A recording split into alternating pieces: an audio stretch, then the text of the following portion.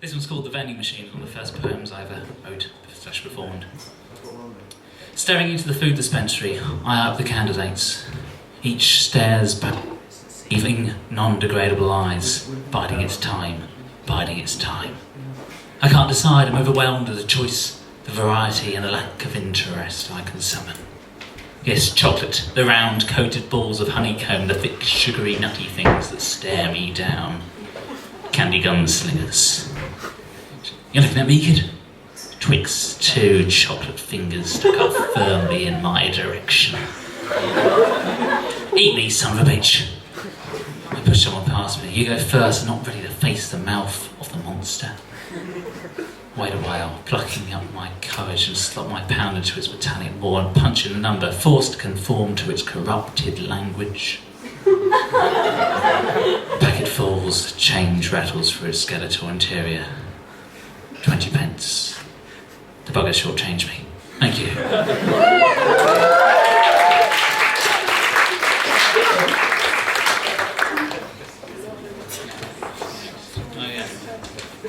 This next one's called Missing Cat, and Missing Cat.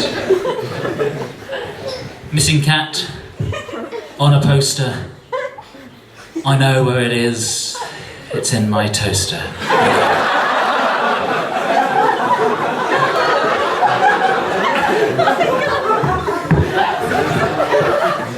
Not based on a true story. So, I see a lot of you are wearing shoes tonight. What's with that? I saw a guy a few years back actually wandering around town about shoes. See some crazy shit at Bath, you know. Anyway, next poem. This is one I wrote for my lesbian ex-girlfriend. In vain, I've searched for a gift, an idea, an object, to reflect the beauty that stands before me. I would fall to the floor and kiss your feet, but I fear your frown, and your foot that would crush my face, as well as my dreams, into the ground. I would send you a crate of roses, one for each day that I should have loved you. But too many roses have died and sniffed by noses, and I feel like Moses, surrounded by water that will wet my closes. Unless I can take your hand and you can deliver me to land. I cannot find anything in any of the normal objects of declaration of affection, not chocolate, not diamonds, and say not some stupid bloody naughty teddy bear, but I love you written of some stupid pink bare belly. So I'm sending you my ear, you'll be happy to hear. Posting second class, what do you expect? I'm a student. Should arrive about Tuesday. Cheers.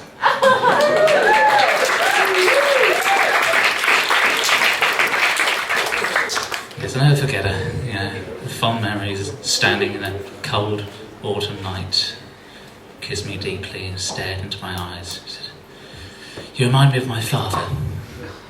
You know, it's like dating an old man. Happy days." This is another love poem. It's a bit new, that's why I've got it written down, I'm afraid. It's called Since I Met You. Since I met you, children seem less irritating. The sun shines brighter, the days seem longer. Even Buster Keaton appears more colourful. Since I met you, I often find myself wandering aimlessly around town, making little noises like, huh, no, huh, and hoping that I'll bump into you. Since I met you, I've discovered Feng Shui, the ancient Chinese art of interior decorating. And those weird seeds they sell in health food shops. Because I think I overheard you say to someone once that seeds were good for you. And I have seeds of everything. Seed sandwiches. Seed soup. Seed stew. Seeds in a seeded bun. Seed milkshakes. They all taste horrible. Since I met you, I've discovered painting. And now I spend my hours drawing dramatical historical pictures of you. You as Charlotte Corday murdering Mara in his bathtub, with me as Mara. You as Valerie Solanas shooting Andy Warhol, with me as Andy Warhol. You as Margaret Thatcher stealing free school milk from working class children. I tried to draw myself as a free school milk, but it just looked really weird. Since I met you, I've started buying clothes that I think you would like and then dressing up in them and staring at myself in the mirror so I can imagine what it would look like if you lived here. I made a large spider in my kitchen after you, but then it got really depressing saying your name when I'd greeted him. So I was going to put him outside, but I couldn't bear the thought of us parting, so I'd had to kill him. Since I met you, I've started carrying around with me a small matchbox which I've amassed a small collection of your hairs that I've occasionally found on chairs you've sat down in. I've also started carrying an egg whisk, in case you ever needed one. And the very fact that I would happen to be carrying one seemed like a miracle and a clear sign from God we have to spend the rest of our lives together. I spent a lot of money on florists. Then you said you liked forget-me-nots, but I didn't have any. So I just bought shed loads of tulips and hydrangeas instead, but then I remembered I didn't know where you lived, so I had to follow you home from work, and then I got scared you might think I was weird, or that you might be allergic to tulips or hydrangeas. So I just dumped them by the side of the road and now everyone thinks that area is an accident hotspot.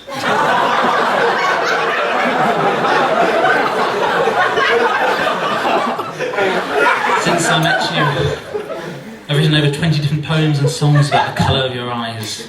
I've never really got close enough to see what colour they are, so they're more like poems and songs based on speculation about the colour of your eyes. What about you having green eyes is really good. I showed you it's a bit deep. Since I met you, I've wanted to tell you how I feel about you, but I haven't had the courage, so I've written you this poem.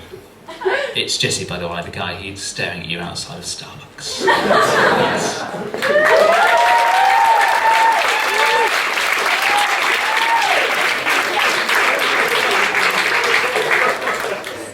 Okay, I'm going to do another poem. It's brand new, so if it falls to pieces, we'll just forget about it and do something else.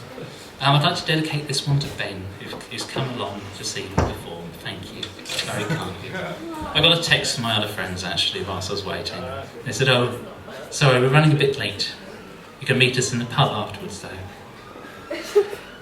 I'm not really sure. That's not really running late, though, is it? I mean, that's just going to the pub instead. Yeah, I don't think I'll be going. Anyway, this one, I don't know. You can find it funny if you want to. It is near Christmas, and in a close shop, I'm holding hands and drinking wine with my underage Australian friend. She points to a skirt and says, "I like this one. Maybe you should buy it," I reply. She pauses, looks at it again, says, "Oh, I don't know, there's a bit..." And she comes out with a word that I've not heard before. I raise my eyebrows, crease my features and stare confused at her young, pretty face. "You don't know what that means," she says. "But you're a poet." She drops my hand, and I drop my gaze and finish my wine. She has not held my hand since. Thank you. I might have had another joke I was going to do, but I think I've forgotten it. Oh, I got too depressed. Okay, this last one before I go off and let you get on with your drinks and go into the toilet, whatever you want to do in the break. This one. This one I wrote after going to KFC with my friend Damo. I'm an anarchist, so I don't normally go to KFC. But, you know, I wasn't been, I wanted to see what it was like. But there was this really pretty girl at the counter, and, you know, in a typical sort of lonely guy I was like, "Oh, she's quite attractive, you know, I should, you know, I don't know what to do." And I said, "Oh, you should go over and ask her out." I didn't quite have the courage though, so I wrote her this poem, and, you know, maybe one day she'll be in the audience and she'll remember me. Probably won't, but yes, this is the girl from KFC. Serving up chicken popcorn, my eyes have to stop on your deep fat fryer scalded hands, tongue-tied in my demands for free-range food. Factory farming fear, I want to rip open your shirt as you rip open those sachets of ketchup. I want to nibble on your spicy chicken breasts. I want to suck the grease from your fingers. I can't help myself, your poultry perfume lingers on my lips. Girl from KFC, you don't know what you mean to me, as even as obesity levels continue to soar, I just can't ignore these feelings inside, even though you're indirectly responsible for mass bird genocide. Thank you very much.